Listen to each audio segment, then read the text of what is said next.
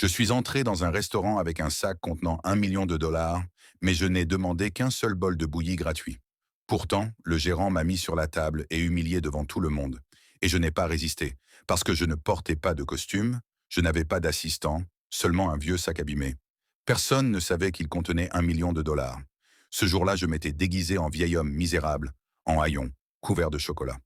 Je voulais juste voir si, quand les gens pensent que vous n'avez rien, quelqu'un vous aidera. Celui qui me traiterait correctement, je lui donnerai cet argent. Je suis entré dans mon propre restaurant et j'ai demandé à l'hôtesse. Mademoiselle, puis-je avoir quelque chose à manger? Elle a été surprise par mon apparence, mais n'a montré aucun dégoût.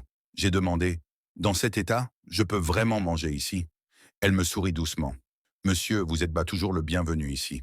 Je lui ai demandé quel était le plat le moins cher. 250 dollars, répondit-elle doucement. J'ai sorti un billet froissé de 10 dollars. C'est tout ce que j'ai. Je ne veux rien commander, juste boire un simple bol de riz mélangé. Est-ce possible? J'ai ajouté. Je n'ai pas mangé correctement depuis 3 jours. Je veux juste manger un peu, puis chercher du travail et sortir de cette situation. Elle eut de la compassion mais secoua la tête. Je suis désolé, aujourd'hui nous n'avons pas de bouillie. Je souris tristement.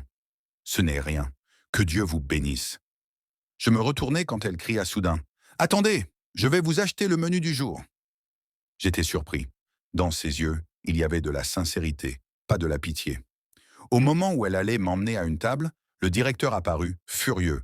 Il me poussa violemment. Dehors, c'est un restaurant haut de gamme, pas une soupe populaire. Les pauvres comme toi ternissent un abat notre image. Les clients filmaient et riaient. La tête baissée, je murmurais. Je, je voulais juste une bouillie pour 10 dollars. Le directeur éclata de rire. 10 dollars, même pas assez pour un pourboire. L'hôtesse se plaça devant moi. Directeur, il a juste faim, il veut juste manger. Il tapa sur la table.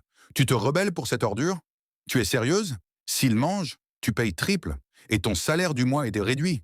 D'une voix tremblante mais déterminée, elle répondit. Je paierai quand même. Elle se tourna vers moi. Monsieur, n'ayez pas peur, suivez-moi.